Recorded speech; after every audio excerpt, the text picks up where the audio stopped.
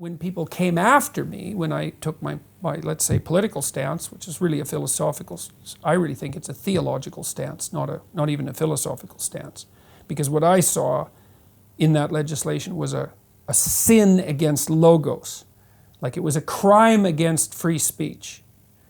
So there was legally inappropriate, it was philosophically inappropriate, but it was inappropriate all the way down.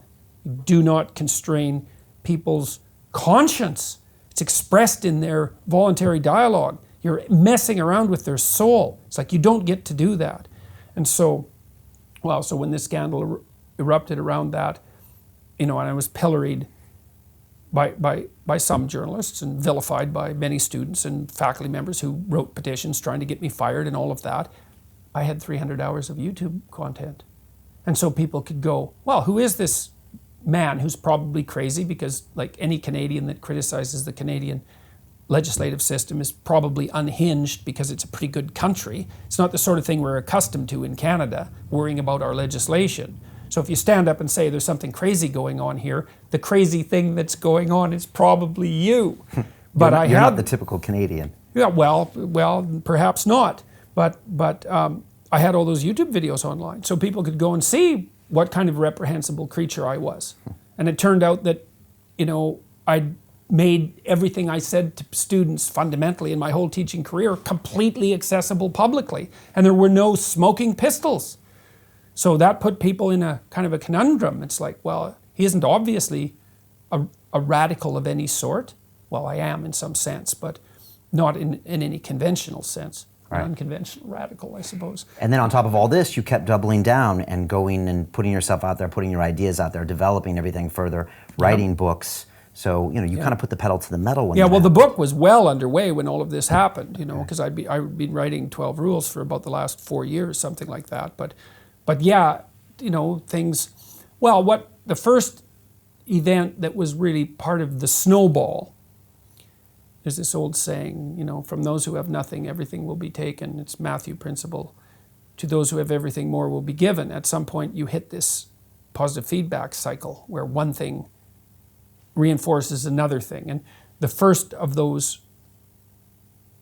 manifestation of that was probably the views on YouTube, the 1 million views, or maybe it was 1.5 million by the time I made those other videos. It's like, that's a lot, 1 million.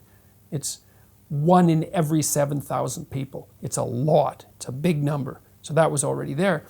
But then there was a demonstration, first of all, a demonstration against me at the university, and then a pro-free speech demonstration that I was invited to speak at. So I went and spoke at it, and the activists really disrupted it. They swiped the microphone and blasted white noise. And most of them were just, kids, young adults, protesting.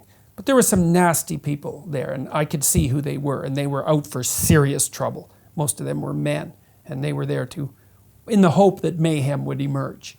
And so I could see, and one of them was the guy who was blasting the white noise and so forth. And that was all filmed, not by me, but by people who were there, and a lot of it by the activists themselves. And then afterwards, I came down after the demonstration was over to talk to the cops to make sure that nothing too stupid had happened. And I was accosted on the way back into the building by a group of activists, and they filmed the whole interaction. And the reason they filmed it was to discredit me, and so then they put the film up, and that went viral. But it didn't discredit me, it discredited the people who made the video. This happens a lot with your media appearances. Yeah, it does. Including one on Channel 4 in London. Yes, it's happened a lot. And what does that say when they record something and don't realize it's discrediting them? Well, that's another example of the utility of free speech. It's like, here's what happened, everybody had their say, everybody got to listen, what's the verdict? Well, hopefully, the hope is that the collective opinion is sovereign, wise and sovereign. Well, hopefully it is. What does it say? It says that people evaluated the occurrence in its totality and decided who they were going to believe. And so far, I've been fortunate in those encounters, and I would say, without serious exception,